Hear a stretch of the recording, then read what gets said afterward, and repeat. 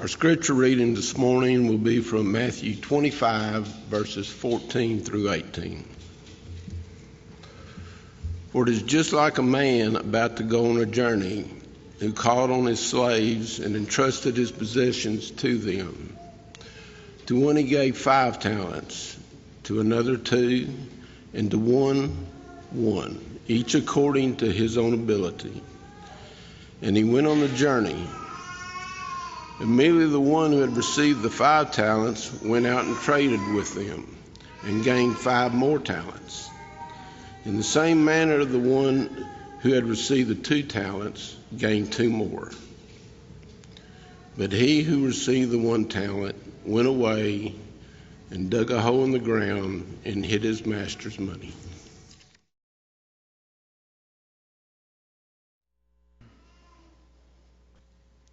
Now, when we think about the parable of the talents, very well-known parable. I think sometimes we get it a little confused. We talk about our abilities, and certainly there's an application there, but talents was really an amount of money that was given. But we know this parable very well. It's one that most people have a pretty good idea about. But a master went and he gave these talents to stewards. Stewards, as we look at it, is someone, oftentimes a slave, who was charged with managing certain aspects or certain amounts of his master's goods. They would be given to him. He would be expected to use them in whatever way they were usable, and they were to bring a return to the master. In the parable, Jesus illustrates our service as stewards of God. In the parable, we see 7 laws kind of set forth there in this illustration of stewardship. To be good stewards, we need to understand, and not only understand these laws, but also to live according to them, or allow our lives to be guided by them as we go forth daily to live our lives for Jesus Christ. First that we see is, first law is, what I possess belongs to God. My life, all my possessions, indeed everything in my life is that which has been provided or allowed to be provided to me by God Himself. Matthew chapter 25, verse 14, in our text here, we see that it says that the master entrusted his possessions. See, they weren't the slave's possessions. They were his possessions. He entrusted those things to them. If we look over in Psalm 24 in verse 1, we see there that the psalmist writes to us and says, "The earth is the Lord's and all it contains, the world and those who dwell in it." The psalmist says it's all God's. Everything that dwells and is on this earth belongs to God. If we go forward over to chapter 50 or Psalm 50 and verses 10 and 11, we see in that particular text that the psalmist writes to us, "For every beast of the field is mine." That's God speaking. "The cattle on 1,000 hills. I know every bird of the mountains, and everything that moves in the field is mine." See, all that they had and all that they might offer as a sacrifice to God, God is saying, that's all mine already. I'm not giving God of what is mine. I'm giving God back what is His. In other words, when I come to understand that it all belongs to Him to begin with.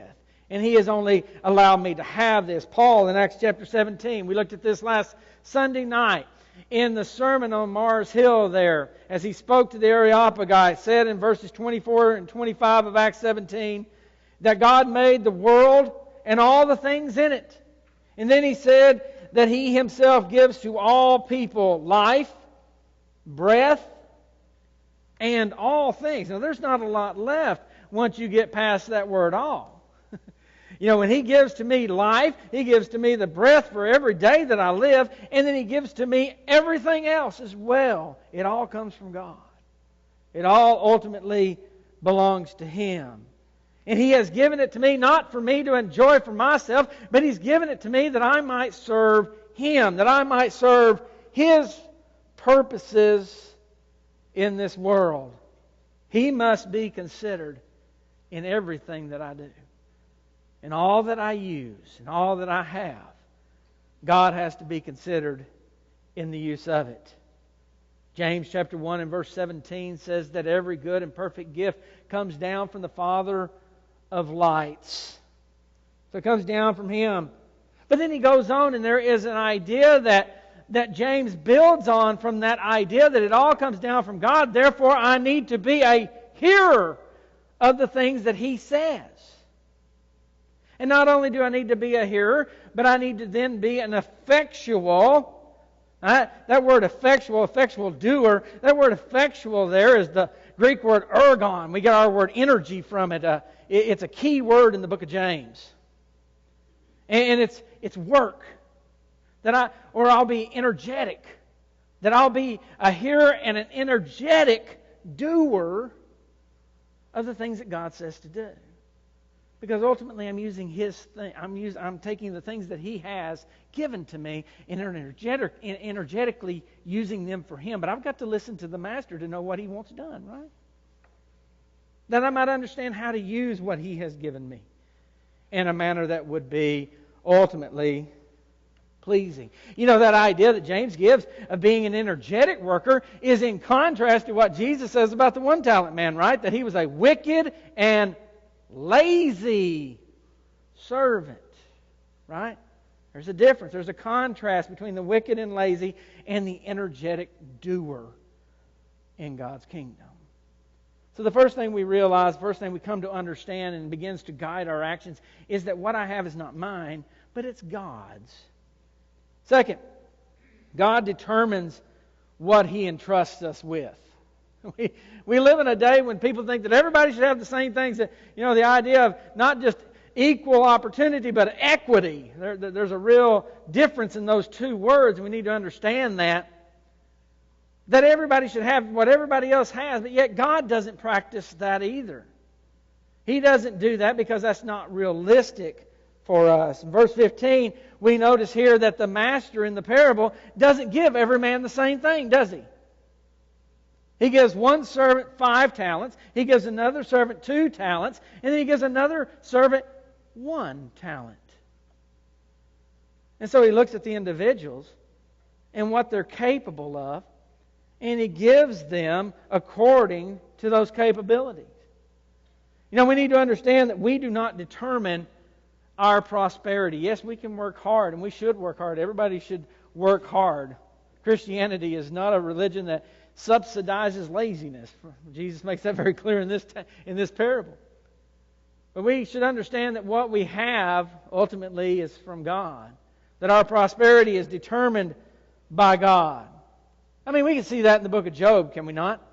Job was a very wealthy man, and he was wealthy because God blessed him. But there also came a day when he had nothing, right? Because God allowed it to be taken away. But then we go to the end of the book and we see God blesses him even more. Right? God determines the level of prosperity. There's some people in this world that do not need a bunch of money. It'll only destroy their lives. Don't you think God understands that? Some people can't handle money. Some people can. I know people that have much more money than I'll ever have in my life, and they're so good with it. And they use it so much for the work of the kingdom of God. And I admire them so much in how that they don't let it get the best of them. And then I've seen other people have money, and it consumes them. It's everything about their lives. Everything's about status and about what they have and how people view them. And it destroys them ultimately spiritually. And so there are people that don't need a bunch. I don't know why the master made the decision between 5, 2, and 1, but he did. And God does that. Open your Bibles over to 1 Corinthians chapter 4, beginning with verse 2, or verse 1 rather. 1 Corinthians chapter 4, verse 1 says, Let a man regard us in this manner as servants of Christ and stewards of the mysteries of God. In this case, moreover, it is required of stewards that one be found trustworthy. That we are stewards of the mysteries of God, and as a result, we need to be found trustworthy of those things. And you drop down to verse 7. He says, For who regards you as a superior? What do you have that you did not receive? And if you did receive it, why do you boast as if you had not received it? You see, you look at what Paul is saying there, and I should never raise myself up to some kind of boastful level as if to say, I am all this, when everything I have received. I've been given by God. It is an exercise of humility within the steward to understand it's not his, but it is the master that he works for instead.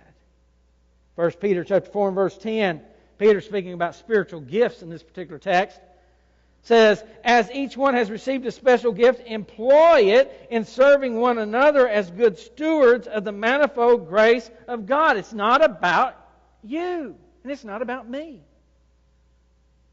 The things that I've been given are not just about me. They're about how I can use them to help God's purposes. Helping you, helping the world find the grace of God. And so we come to understand that He determines what He entrusts us with, and He's going to entrust us with various things as we go through this life. Third, we see that each steward can determine the use of what is given. In verses 16 through 18, we see the servant's actions, right? We see that the man that was given 5, it says that he traded with the 5. Now that just simply means he invested those 5 talents in something. And he made 5 more. He doubled it. Doesn't tell us specifically what the 2-talent man does, but he doubles his in whatever he did with his, however he used it. And then it tells us exactly how the 1-talent man dealt with his, right? That he went and he buried it. He went and he put it in, he hid it in a place. He buried it away so that it could not be lost. Verse 27, it says that he had a choice, didn't he? That he had a very simple choice. In fact, a choice that would have required very little of him other than going to wherever the bank was, right? That the least he could have done is to have put it in the bank and let it draw interest. So there was a choice of what the 1-talent man could have done beyond what, say, the 5-talent man did in investing his in that particular way. We are given these things, and God says, I'm giving you the latitude to choose how to use what I have given you, but there should never be a time in which we forget that it's still His. Ananias and Sapphira, in Acts chapter 5. They went out and they sold a piece of land.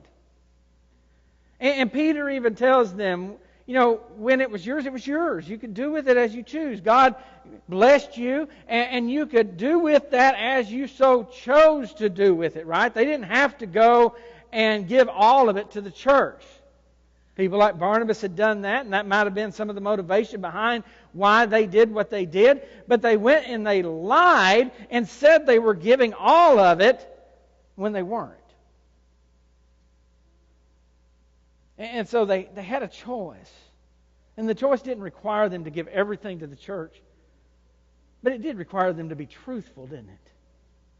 So they had a choice of what to do in that particular case. And it cost them their lives because they chose to lie about it. Instead of just exercising the right to choose what they would give to the church, which God had given to them. They had that right. But for whatever reasons, their motivations were bad. Jesus recognized even the prudent actions of the unrighteous steward in that parable in Luke chapter 16 and verse 8. And He called on His disciples to be prudent. Now, while the steward was unrighteous in a lot of his actions, his final actions and how he dealt with things at the end was prudent.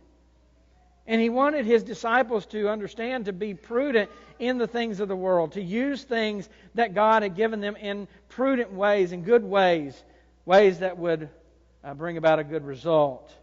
Matthew chapter 10 and verse 16, Jesus words it like this, that they needed to be wise as serpents and gentle as doves, right? Or innocent as doves. So we're to be wise. We're to take the things that are given to us and use them in the best way that we can. The tithe that we see in the Old Testament, and actually when you kind of add it all up and you put it all together and all the ways that they had to give, 10%, they gave far more than 10% a lot of times in regard to their overall giving. But when we look at that, we see that 10% that God required of them in so many areas of their lives, and we don't, that's not carried over into the New Testament, but there is this, I'm giving you a choice on what you're going to give. And it's going to be a reflection of you and your wisdom in how you give and how you handle the things that I have given to you and what you give back to me of it. And so God provides that and leaves that choice to us. But when we think about that, we go, that's awesome. I can do what I want with it, right? God gave me that choice. He gave me the ability to just go out there and do however I want, use it however I want, spend it wherever I want, until we come to the fourth law, that each steward will give an account. Oh, you're given the freedom to choose how you use it. But you're not going to be excused from the accounting of those choices. There will be consequences for foolishness. We're to be wise. We're to be prudent.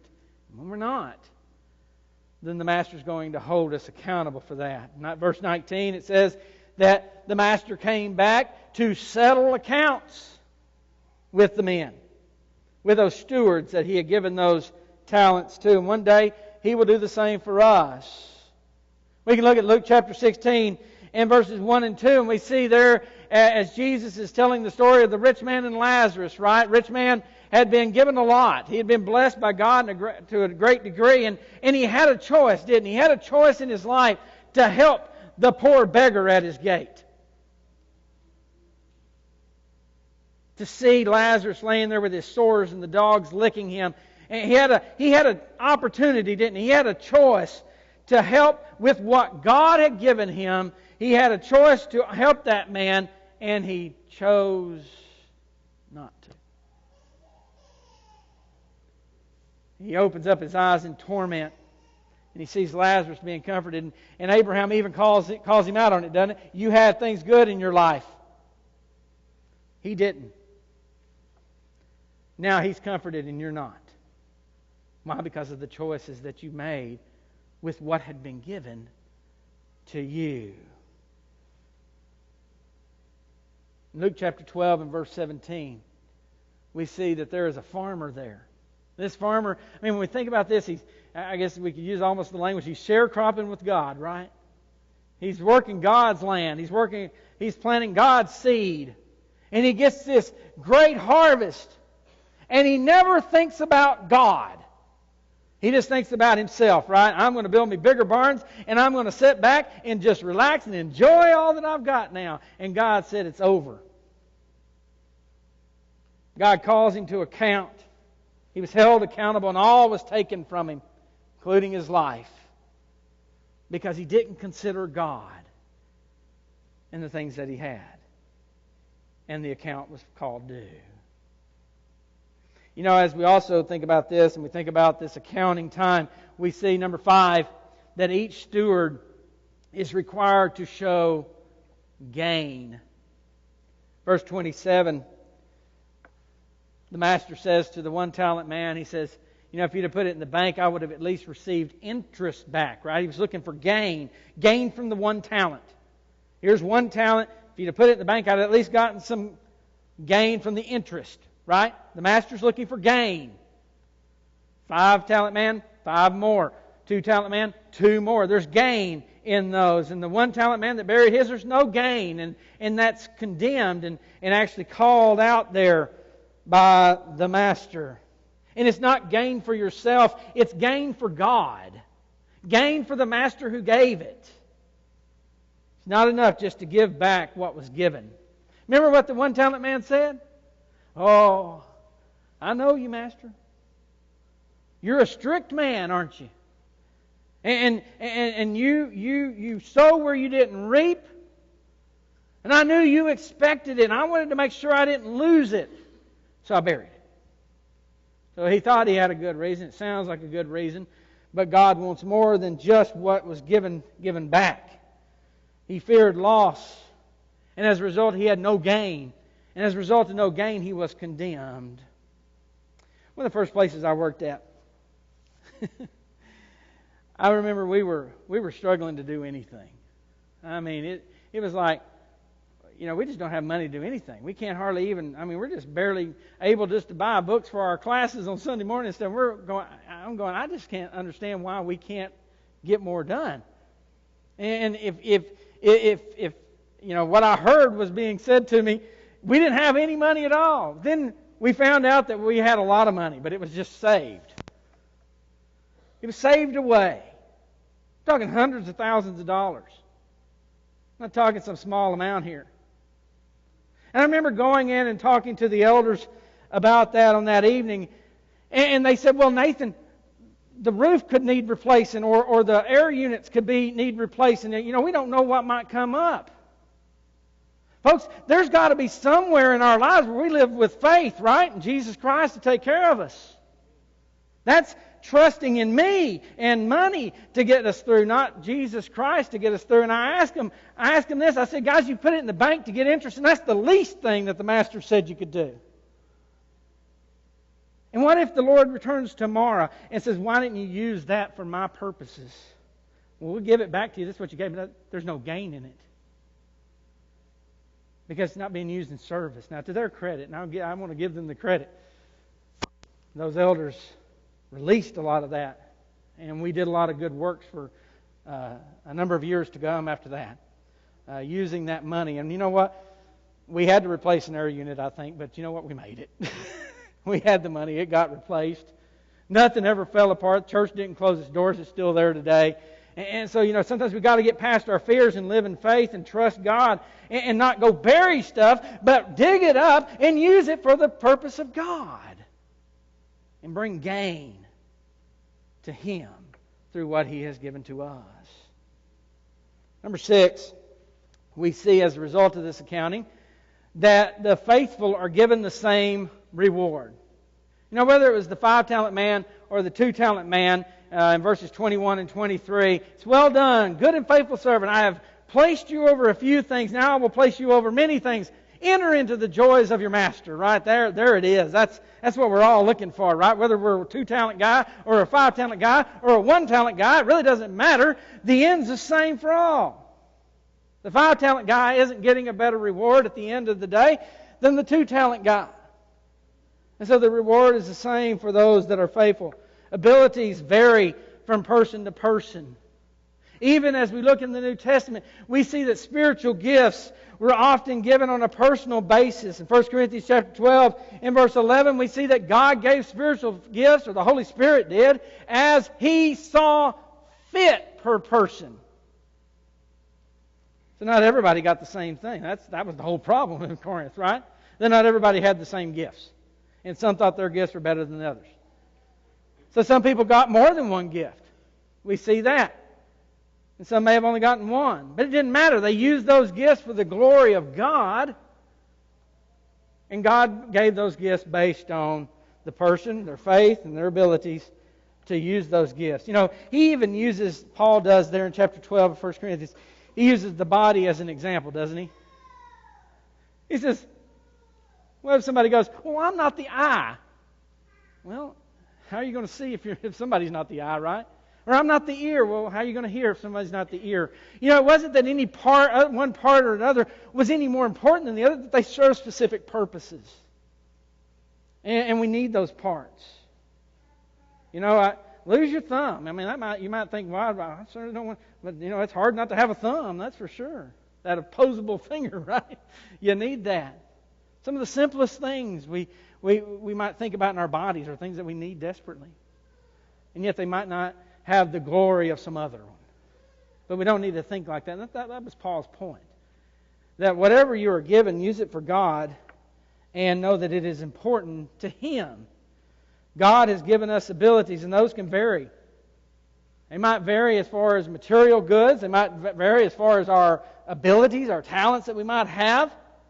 It might vary in time that we have to be able to give to God.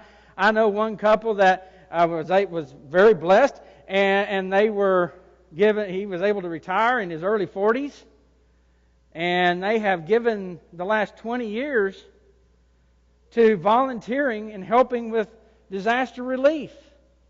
going to these different areas and making sure that people have what they need from the churches of Christ and helping those situations.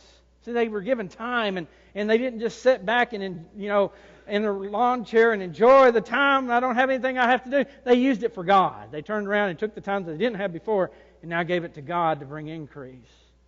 We need to think about that as well in our lives as we move forward, as we take those opportunities. So God has given us abilities.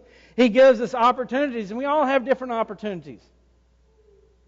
We have, we have different jobs. We have different interactions with different people around our community. And so we have abilities and we have opportunities that are given to us to God, and those may vary. Just as the rich man had an opportunity to help the poor Lazarus, we have those opportunities given to us. And when we have abilities and opportunities, they result in responsibilities as children of God to do those things that God has made possible. And He's going to hold us accountable to those things that we're responsible for. We have a responsibility to do good with that which God has given to us. Galatians chapter 6, verses 9 through 10 tells us that while we can do good unto all men, and especially those of the household of faith, we have been called to use that which God has given us for God's kingdom, for doing good among this world. Last of all this morning, we see that the unfaithful must suffer penalty. Verses 27 and 30. In verse 30 it says that of the 1 talent slave, the master says, "Throw out the worthless slave into the outer darkness, in that place where there will be weeping and gnashing of teeth." And I want you to take note of something this morning. It's not that he was this bad person. It's not that he was the unrighteous steward. It's not that he was stealing or lying. He just was useless. He just neglected. He just did nothing. And He cast him out. Called him a wicked and lazy slave. In the same chapter, in fact, the next parable, Matthew chapter 25, and verses 41 through 43, as Jesus is giving a parable about the judgment day. It says, "Then He will also say to those on His left, 'Depart from me, accursed ones, into the eternal fire which has been prepared for the devil and his angels. For I was hungry, and you gave me nothing to eat. I was thirsty, and you gave me nothing to drink. I was a stranger, and you did not invite me in. Naked, and you did not clothe me. Sick and in prison, and you did not visit me.'" Now, there's a spiritual aspect to that parable along with those physical things mentioned there that we don't have time to get into this morning, but I want you to take note. Jesus says, you had opportunity to do these good things. Do these things that God expects you to do. Those things that are in alignment with His purposes. And you didn't do it. Now you can depart. Because you're accursed. Because you didn't take what was given and use it properly. It was what they had not done for God that caused them to be lost. Now these laws they're not optional. They're not things that you can say, well, I think I'll pass on that one. We are stewards whether we like it or not. The fact that you draw breath today makes you a steward of the life that God and the breath that God has given to you. The fact that you have material possessions, probably being in this country, you're given vastly more than most people in the world. The fact that you have those things makes you a steward. You don't have a choice in that. You're a steward. The only thing that it comes down to is how are we using that? What kind of stewards are we going to be? Because we do understand that all the things that we have are God's. And those things are to be used in His service to bring profit to His purposes. And we will give an account to what we do with them, to how we use them, and whether we use them at all for Him, whether we brought Him gain or whether we brought Him nothing. I hope the case is for you that you hear, "Well done, put you in charge of a few things. Now I'll place you over many things. Enter into the joys of your master. I hope that's what you hear one day when you give an account for your stewardship. That's what we all want to hear one day. We certainly do not want to hear, "Depart from me, accursed ones." We certainly do not want to hear, "You wicked and lazy slave." Those are the things we don't want to hear, but yet,